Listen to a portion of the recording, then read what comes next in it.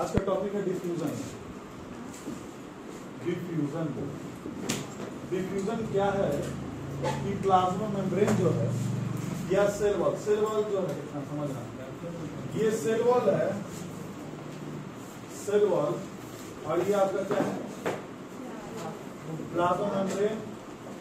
इसमें होगा क्या कि अगर यहाँ पे कोई फूड पार्टिकल्स है तो ये बिल्कुल सेल वॉल इसको परमिट कर देता है आने के लिए, लेकिन एक्सटर्नल और इंटरनल इन्वायरमेंट को अलग करेगा। लेकिन इसको ये क्या कर दिया, इनेबल कर दिया इनगल्फ करने के लिए। यहाँ पे क्या है इनगल्फ, सेल वॉल इनगल्फ हो गया तो प्लाज्मा मेम्ब्रेन जो है, अब देखना ये सेलेक्टिवली परमेबल मेम्ब्रेन है।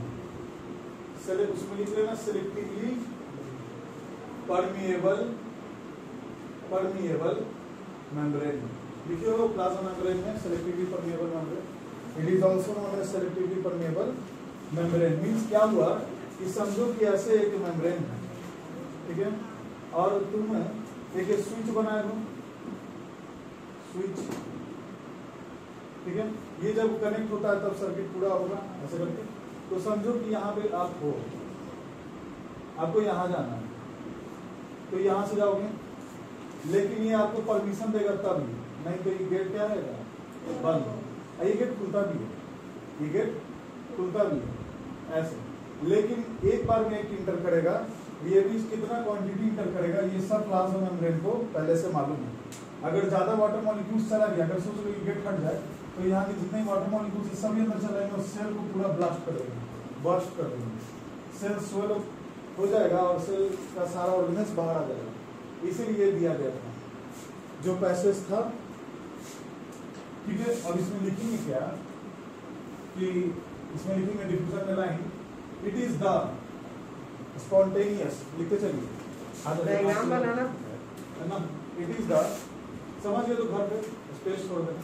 It is the spontaneous, it is the spontaneous movement. Spontaneous यानी अचानक, it is the spontaneous movement of किसका, पार्टिकल्स का, पार्टिकल्स, इसको अंडरलाइन कर देंगे, ऑफ पार्टिकल्स फ्रॉम या पार्टिकल्स ऑफ अ सब्सटेंस, कोई सब्सटेंस का पार्टिकल, तो कौन सब्सटेंस है, सब्सटेंस को अंडरलाइन करेंगे, लिखेंगे सब्सटेंस ऑफ अ गैस और substance in the form of, लिखेंगे in the form of, in the form of, यानी सब्सटेंस किस फॉर्म में है, या तो गैस में है और या लिक्विड में, या गैस या लिक्विड में अगर रहा हमारा सब्सटेंस फॉर्म में, तो उसके जो पार्टिकल्स हैं उनके जो मूवमेंट होगा, गैस का पार्टिकल्स होता है, लिक्विड का मॉलिक्यूल्स होता है। यहाँ पे भी लिखेंगे लिक्विड का पार्टिकल्स नहीं होगा, मॉलिक्यूल्स और मॉलिक्यूल्स। तो डिफ्यूजन मतलब हुआ कि कोई भी सब्सटेंस का मूवमेंट, दैट्स कॉल्ड डिफ्यूजन। लेकिन अब देखना क्या है, it is a spontaneous movement of particles of a substance in the form of gas और a liquid from the region या concentration, from the region या concentration of higher concentration of higher to lower। Simple है, इसको समझाएंगे। Lower concentration until, यानी जब तक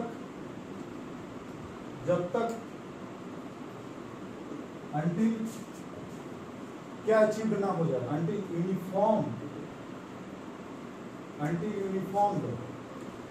या यूनिफॉर्म तुमको until यूनिफॉर्म सेपरेशन या uniform concentration is achieved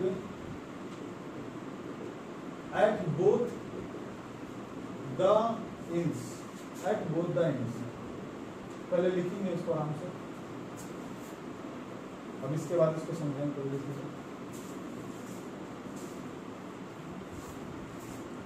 pause करना, ठीक है। एट बोथ एंड्स, अब देखो क्या है कि समझो यहाँ पे दो टैंक है, शुरू में ये बताए थे, लेकिन उसका काम नहीं था। ये टैंक 1 टैंक 2, इसमें हम क्या भर दिए हैं, वाटर मॉलिक्यूल्स, और इन दोनों को अगर हम जोड़ने के लिए ट्राई करें, जोड़ दें पैसेज, तो ये जो पानी है अगर यहाँ पे एक मेम्ब्रेन बना दें और इस मेम्ब्रेन को अगर हम हटा दें और यहाँ से आपका पैसेज बिल्कुल खुल गया है, तो पानी क्या करेगा, यहाँ से यहाँ पे ट्रैवल करेगा। कब तक ट्रैवल करेगा देखोगे कि पहले पानी आना शुरू होगा, जब तक सेम ना हो जाए, तो यहाँ पर आएगा और उसके बाद एक यूनिफॉर्म अचीव ना हो जाएगा। ये डायग्राम बना लेना, यूनिफॉर्म कॉन्सेंट्रेशन इज अचीव। पहला कि ये कौन सा हायर है, पहला हायर है और ये लोअर है, तो हायर से लोअर ग्रेडियंट में चला गया। समझो कि तुम एक गिलास पानी लिए और एक खाली गिलास, दोनों को जोड़ दो, अपने आप लेवल में आ जाएगा। सिंपल है, लेवल में आ जाएगा। क्यों लेवल में आ गया, यहाँ पे मास सेम हो गया, दोनों साइड इक्वल हो गया, तो अब ये वापस से नहीं आएगा, थोड़ा सा रहेगा लेकिन फिर रुक जाएगा। दोनों का मॉलिक्यूल्स दोनों का सेम हो गया, सेम नंबर ऑफ मॉलिक्यूल्स, इधर भी और इधर भी, सेम चाहे कोई भी। अब देखेंगे कि सेम हो गया दोनों का टाइप, यूनिफॉर्म कॉन्सेंट्रेशन, इसी को बोलते हैं डिफ्यूजन। डिफ्यूजन हो जाना है। केमिकल रिएक्शन में भी डिफ्यूजन होता है, पार्टिकल्स का अचानक से मूवमेंट हो जाता है, जब बड़े कॉन्सेंट्रेशन से लेकर लोअर कॉन्सेंट्रेशन फिर यूनिफॉर्म अचीव हो जाएगा। और इसमें बताना है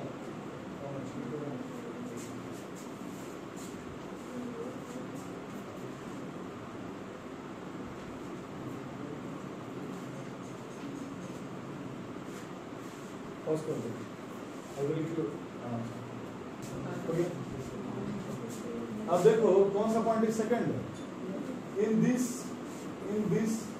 प्रोसेस, इस प्रोसेस में होता क्या है कि जो मॉलिक्यूल्स है, the molecules in this process, the molecules moves higher to lower जा रहा है, यानी कि कैसे जा रहा है, यूनिफॉर्म जा रहा है, मतलब बिल्कुल जैसे जाना चाहिए। द मॉलिक्यूल्स मूव्स अलोंग, कहाँ पे, कॉन्सेंट्रेशन ग्रेडियंट, कॉन्सेंट्रेशन ग्रेडियंट। अभी ग्रेडियंट मतलब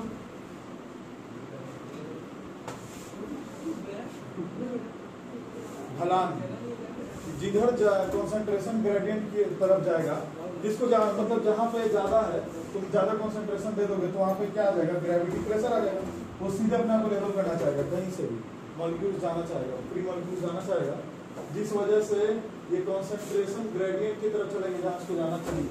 and no energy is spend, इसमें कोई एनर्जी नहीं लगा। सोचो तुम एक ऊंचाई पर हो, ऊंचे ढलान पर, और वहाँ पे व्हीकल में हो, तो सीधे नीचे आएगा बिना एनर्जी लगे, बिना फ्यूल लगे। नो एनर्जी इज स्पेंड, इसमें कोई एनर्जी खर्च नहीं होगा, तो ये डिफ्यूजन है। along concentration gradient, concentration gradient। Example third point, कोई भी डेफिनेशन पे आपको याद रखना, तीन पॉइंट करना चाहिए। एग्जाम्पल में अब देखो क्या होगा। पहला है, आप लोग प्लांट्स के बारे में पढ़े होंगे, ट्रांसपीरेशन, बचपन से सुने। ट्रांसपीरेशन क्या होता है, loss of water from aerial parts बोलते हैं, यानी जो आपके एयर के कॉन्टैक्ट में है, रूट से तो होगा नहीं, एयर के कॉन्टैक्ट में तो सारा गया, उसको सूट सिस्टम बोलते हैं, ऊपर को, नीचे को रूट सिस्टम। तो सूट सिस्टम से जो भी वाटर लॉस हो रहा है ड्यू टू इवापोरेशन, इसको नहीं रोक सकते हो। इवापोरेशन, सरफेस बढ़ेगा तो इवापोरेशन ज्यादा हो जाएगी। Transpiration, loss of water from aerial parts due to evaporation, ठीक है, ये पहला एग्जांपल है। दूसरा एग्जांपल है the exchange of respiratory gases.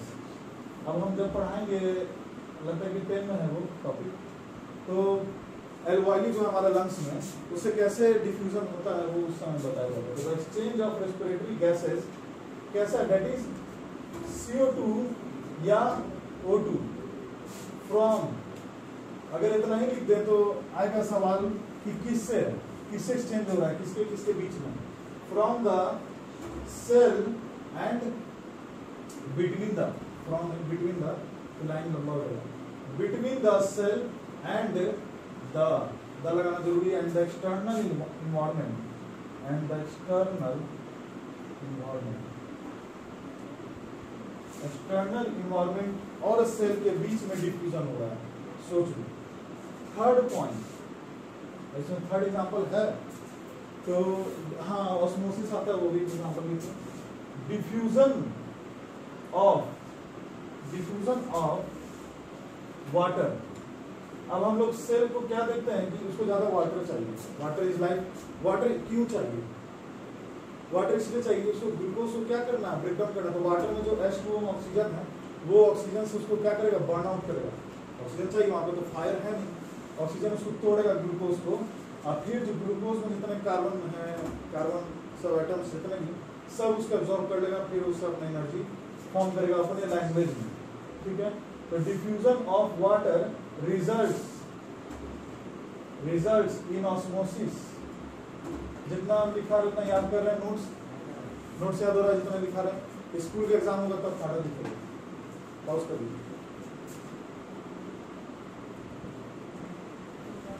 Osmosis diffusion का अगर पार्टिकल्स और गैस पार्टिकल्स को सब हटा दो, सिर्फ वाटर मॉलिक्यूल्स, कोई और मॉलिक्यूल्स नहीं, कोई और लिक्विड नहीं, सिर्फ ओनली वाटर मॉलिक्यूल्स अगर इधर से उधर जाए, ज्यादा से कम में जाएगा ही, ढलान से कम ढलान में जाएगा ही, तो ये ऑस्मोसिस इसको कहते हैं। तो लिखेंगे it is the first point, it is the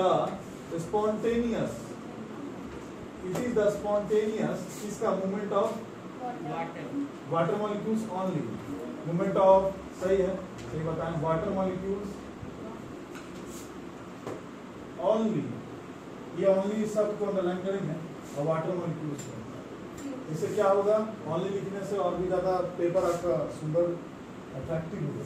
it is a spontaneous movement of water molecules only through the, अच्छा ये सेमी परमेबल, मैं उसमें नहीं था लाइन, तो उसको सेमी परमेबल मेम्ब्रेन का कोई जरूरत नहीं, कहीं भी हो जाता है, कोई भी रिएक्शन में भी हो सकता है, लेकिन ये सेमी परमेबल मेम्ब्रेन होगा तभी वाटर मॉलिक्यूल्स अंदर या बाहर जाएगा सेल के। ये सेल में देखा गया है ऐसे फीचर्स, कितने वाटर मॉलिक्यूल्स चाहिए वो उतना नंबर ऑफ वाटर मॉलिक्यूल्स लेगा, उसके बाद एग्जिट भी कर देता है through the selectively permeable membrane, या हम क्या बोले, सेमी परमेबल मेम्ब्रेन। तीन शब्द आ रहा है, सेमी या सेलेक्टिवली। तो सेलेक्टिवली परमेबल मेम्ब्रेन कौन है? नेचुरल प्लाज्मा मेम्ब्रेन, ऐसा आर्टिफिशियल बन सकता है। सेलेक्टिवली मेम्ब्रेन क्या बोलते हैं इसको, सेलेक्टिवली परमेबल मेम्ब्रेन। परमेबल यानी परमिशन के योग्य, तो semi permeable through the semi permeable membrane across the cell from, अब बताइए हायर टू लोअर जाएगा, फ्रॉम द नंबर ऑफ, अब देखने यहाँ पे क्या है, higher to lower from the number of higher to lower molecules of, किसका, वाटर का मॉलिक्यूल्स। कोई डाउट है कि स्पीड जा रहा है, जब सही स्पीड है पकड़ ले रहा। It is the spontaneous movement of water molecules only through the second,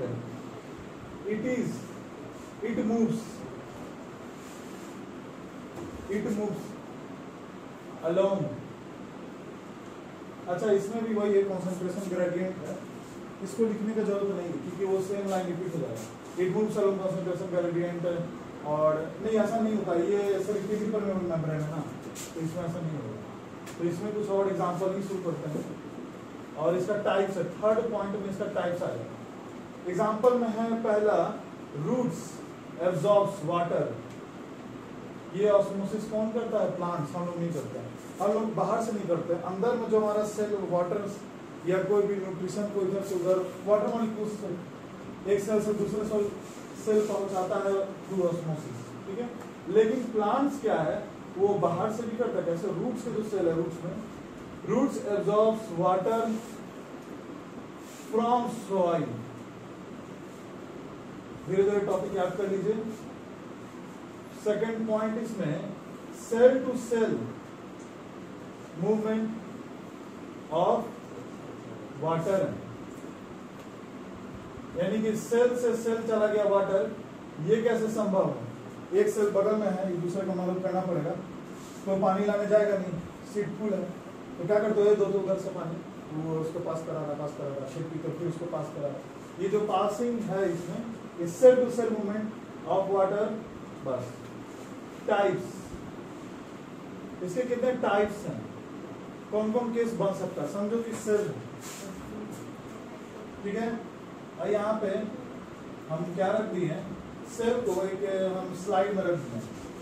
cell के अंदर पानी जितना है उतना बाहर भी है, H2 यहाँ लिखा है।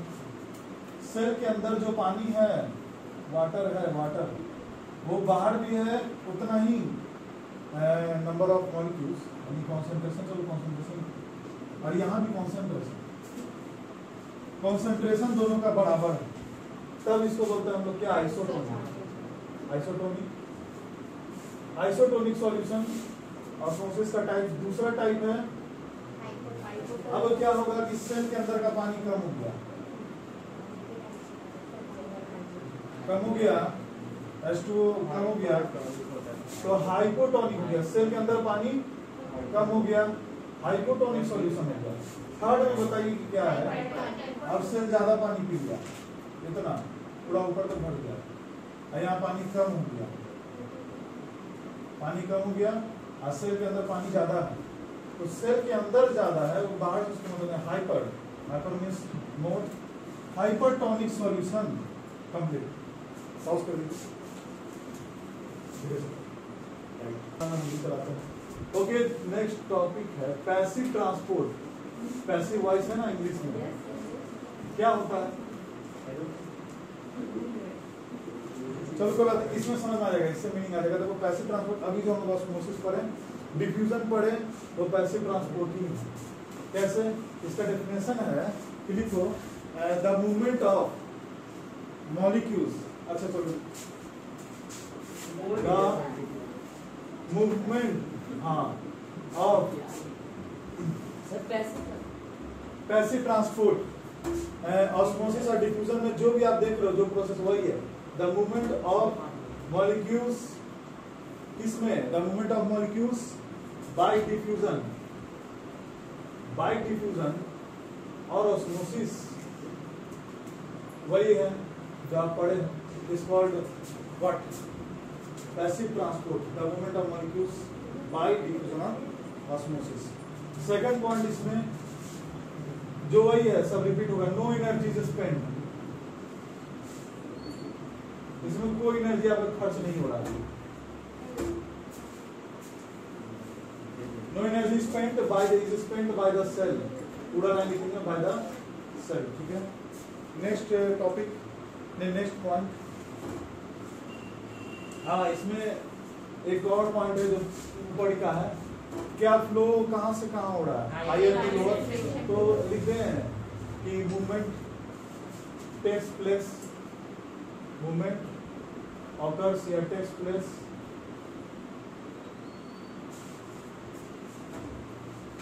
movement occurs from higher to lower region. यही सब जो स्कूल के एग्जाम में पूछेगा, छोटा छोटा ऐसे में 3 पॉइंट है, इतना ही आएगा। नेक्स्ट आता है इसी में एक्टिव ट्रांसपोर्ट, अच्छा लिख लो, पॉज करो धीरे से, हाँ मतलब सही। अब देखो एक्टिव ट्रांसपोर्ट क्या है, तो समझो। पहला पॉइंट क्या है, अगर क्या मान लो सेल को कुछ चीज लेना है अपने मर्जी से, वो इंगल्फ करना है, तो उसके लिए वो नहीं देख रहा है कि अंदर में क्या कॉन्सेंट्रेशन है, हायर या लोअर, तो लिखेंगे द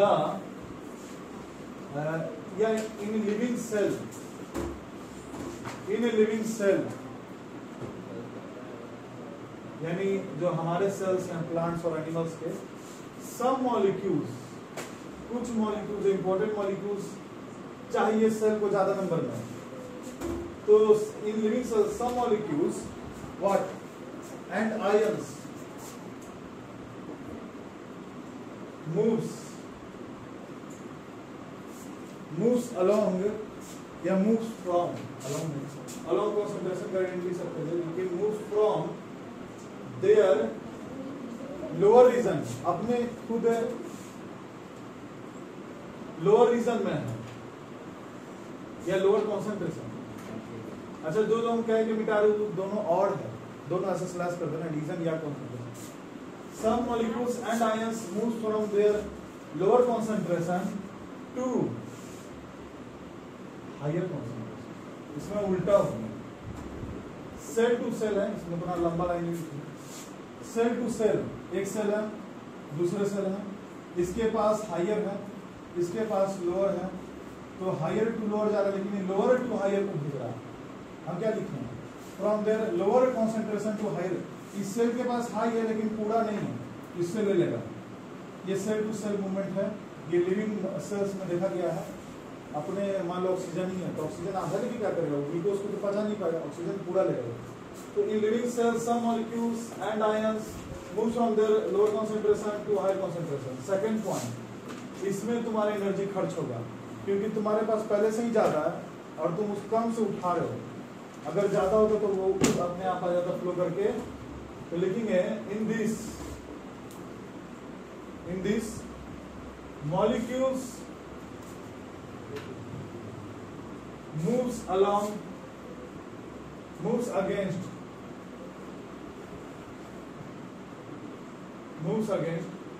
concentration gradient यानी क्या, ढलान। तो अगेंस्ट हो रहा है, ये अंडरलाइन कर लो। अब जो भी डेफिनेशन एग्जाम में सीखो, एग्जाम में पेपर कैसे बनाना है, अंडरलाइन करके चलना है कि टीचर पॉइंट पकड़े, कीवर्ड पकड़े, कहाँ गया कीवर्ड, वो पढ़ाते हुए कीवर्ड से। किताब से पढ़ा रहे हैं तो किताब को पूरा नहीं पढ़ेगा, वो कीवर्ड लिखेंगे। अच्छा ऑस्मोसिस लिखा तो उनको याद है ऑस्मोसिस से रिलेट करेंगे क्या होता है, तो उसे पूरा समझाएंगे तब कहीं हम पढ़ो। तो कीवर्ड जरूरी है, कीवर्ड इसमें भी आपको मिल रहा है, मॉलिक्यूल्स और ions move from their lower to higher, बस इस टाइप से पूरा सेंटेंस नहीं। In this molecules moves in this का comma molecules moves against concentration gradient. Third point, 3 point तक खींचना। अब क्या होगा, cell spends energy, cell spends नहीं बोले एनर्जी। या थोड़ा टॉपिक पॉज करिए। टाइप्स ऑफ ऑस्मोसिस, वो 2 एक्स्ट्रा टॉपिक था। टाइप्स ऑफ ऑस्मोसिस पहला क्या आया था, आइसोमील्स सेम, हाँ same tonic solution, isotonic solution. Isotonic solution क्या है, if the medium surrounding the cell, NCERT का लिखा रहे हैं क्योंकि सबसे सिंपल है मिला। If the medium surrounding the cell, आ रहा है समझ में दम कि जो मीडियम है बाहर में, जैसे ये हमारे और आपके बीच में कौन सा मीडियम है, एयर का मीडियम है, वैक्यूम मीडियम है नहीं, वाटर का मीडियम है नहीं, एयर मीडियम है, तो मीडियम को अंडरलाइन करेंगे। If the medium surrounding the cell what has same number of has same concentration या equal concentration, सर हाँ सी है कि ब्रैकेट है, कहाँ, तो ये तो सी है।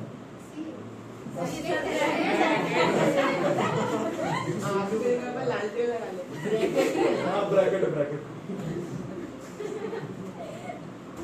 Same concentration, if the cell has equal or same concentration, बस छोटा छोटा लिखवाएंगे, ज्यादा बड़ा से याद नहीं होगा। इसके बाद है, हाँ तो क्या होगा, हेंस ये कंप्लीट हो गया। There will be no movement takes place, तो नो मूवमेंट ऑफ। अच्छा ऑस्मोसिस का टाइप है तो सी वाटर मॉलिक्यूल्स आ गए यहाँ पे, वाटर मॉलिक्यूल्स हम लिखते हैं, वाटर मॉलिक्यूल्स के बारे में बातचीत हो रहा है।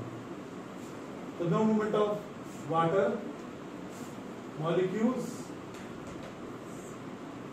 टेक्स प्लेस या occurs, और छोटा, ये हो गया। तो सेल का साइज सेम रह जाएगा। देयरफॉर, हेंस और देयरफॉर याद रखो एग्जाम में कुछ है ना यार, हेंस और देयरफॉर, यद्यपि देयरफॉर क्या हो गया, therefore the size of the cell, the size of the cell क्या हो गया, इस सेम बस, the size of the cell is same as before, as before, as before। Next में चलते हैं। अच्छा, इसका डायग्राम बना लेते हैं जो अभी बोर्ड पे बताया था। ये सेम हो गया, ये सेल है आपका, अंदर में पानी और बाहर में सेल, अंदर का कंसंट्रेशन बाहर का कंसंट्रेशन दोनों सेम है, तो एब्जॉर्ब नहीं करता क्योंकि इक्वल हो जाता है। कैसे इक्वल होगा, सेमी परमिएबल मेम्ब्रेन है तो ये इक्वल का साइन, इक्विलिब्रियम, इक्वल होना साइन है, तो ये सेमी परमिएबल मेम्ब्रेन है, सेमी परमिएबल मेम्ब्रेन। 15 मिनट्स वाली। Hypotonic solution, hypo means low, तो इसी को लिखेंगे line, if the medium surrounding the cell. इसका बताइए क्या है हाइपोटोनिक का डायग्राम, क्या बनेगा, सेल के अंदर ज्यादा पानी की कम और बाहर में ज्यादा, तो एकदम medium surrounding the cell, surrounding the cell. Notes लिखा चुका है, बस याद करना हो, कुछ नहीं, अभी किताब पढ़ना। The medium surrounding the cell has higher concentration.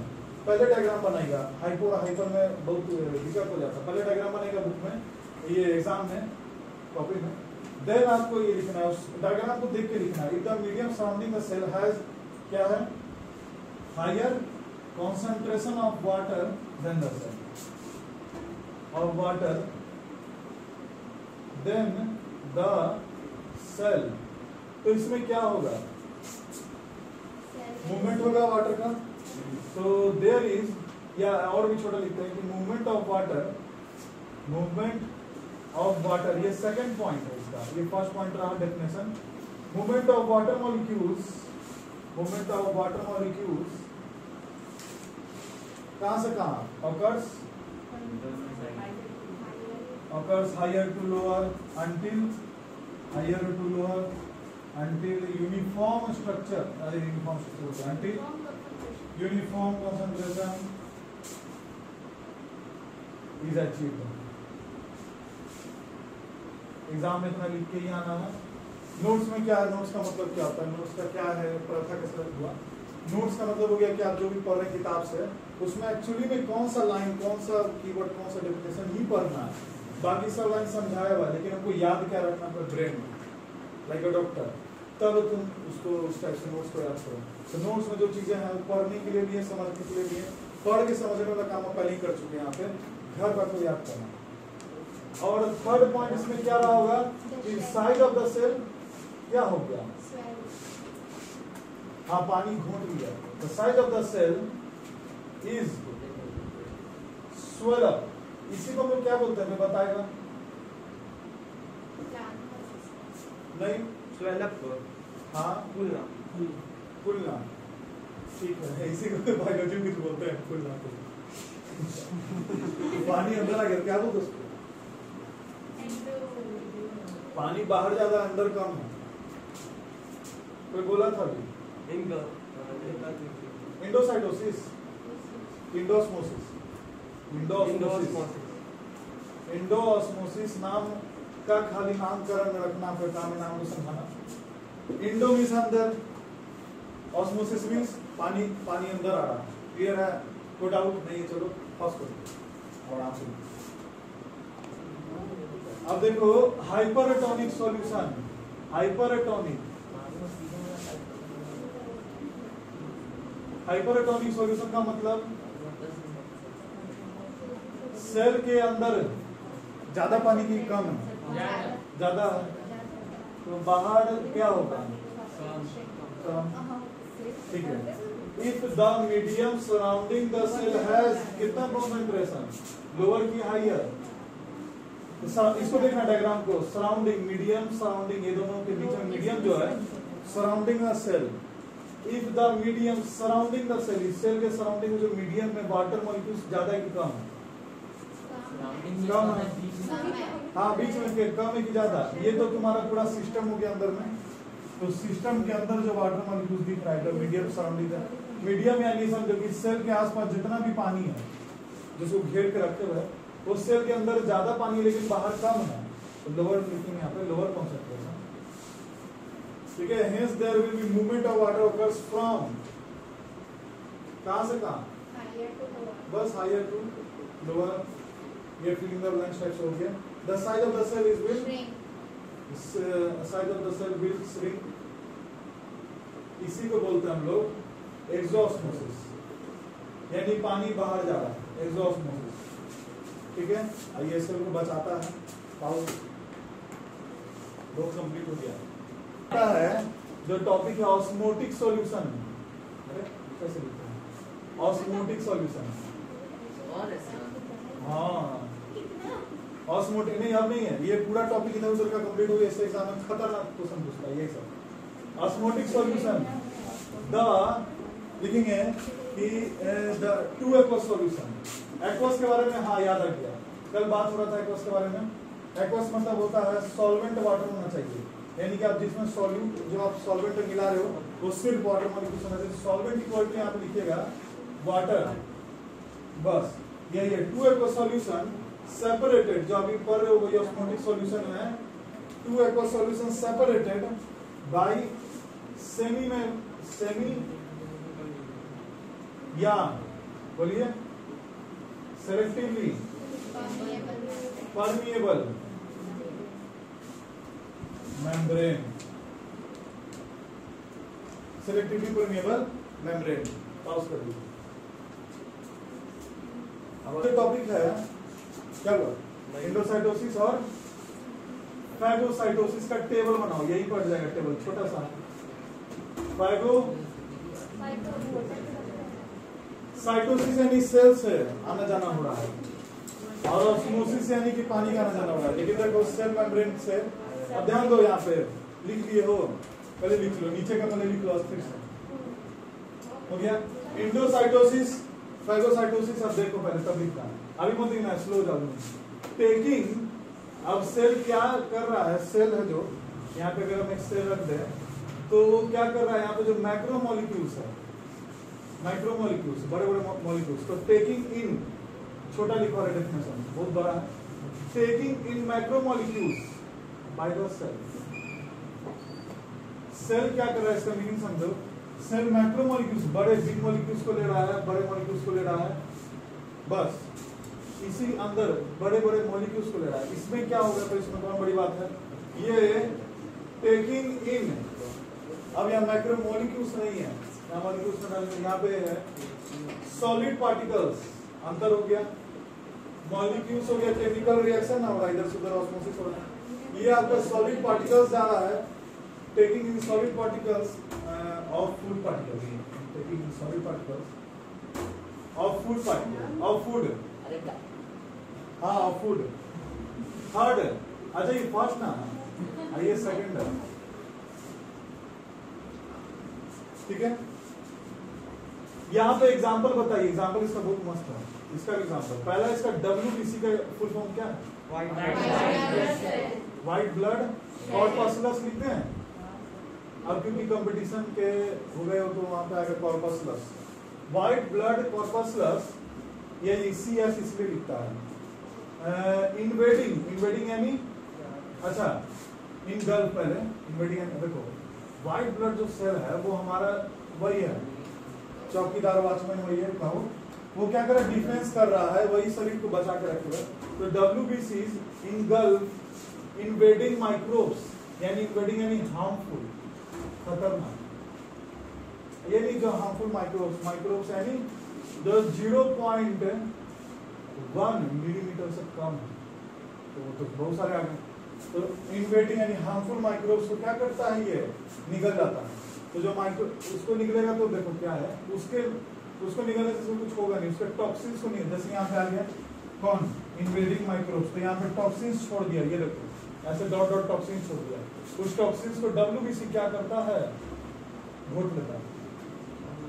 WBC अपने अंदर घोट लिया, इसको इंडोसाइटोसिस बोलते हैं, अंदर सेल के चला गया। फाइगोसाइटोसिस, देखो कितना सिंपल है लेकिन मीनिंग कितना चला गया अंतर। इसमें एग्जांपल आ गया अमीबा, ये एग्जांपल है अमीबा। अमीबा क्या करता है, फूड का सॉलिड पार्टिकल्स को डायरेक्ट ऐसे कवर करके प्लाज्मा मेम्ब्रेन की मदद से पूरा निकल लेता है। सेकंड WBC इंगल्फ, अब ये क्या इंगल्फ कर रहा है, इन्वेडिंग माइक्रोब्स को होल। अब ये क्या करेगा WBC, पहले तो उसका टॉक्सिन्स रिलीज करेगा, तभी मालूम चलेगा कि हाँ भैया ये इन्वेडिंग माइक्रोब्स है। नेक्स्ट टॉक्सिन्स पे यहाँ लाइन करेंगे, इन्वेडिंग माइक्रोब्स होल, होली लिखेंगे WHOLL, होली फुल स्टॉप। ओह पाउस में ओके, कितना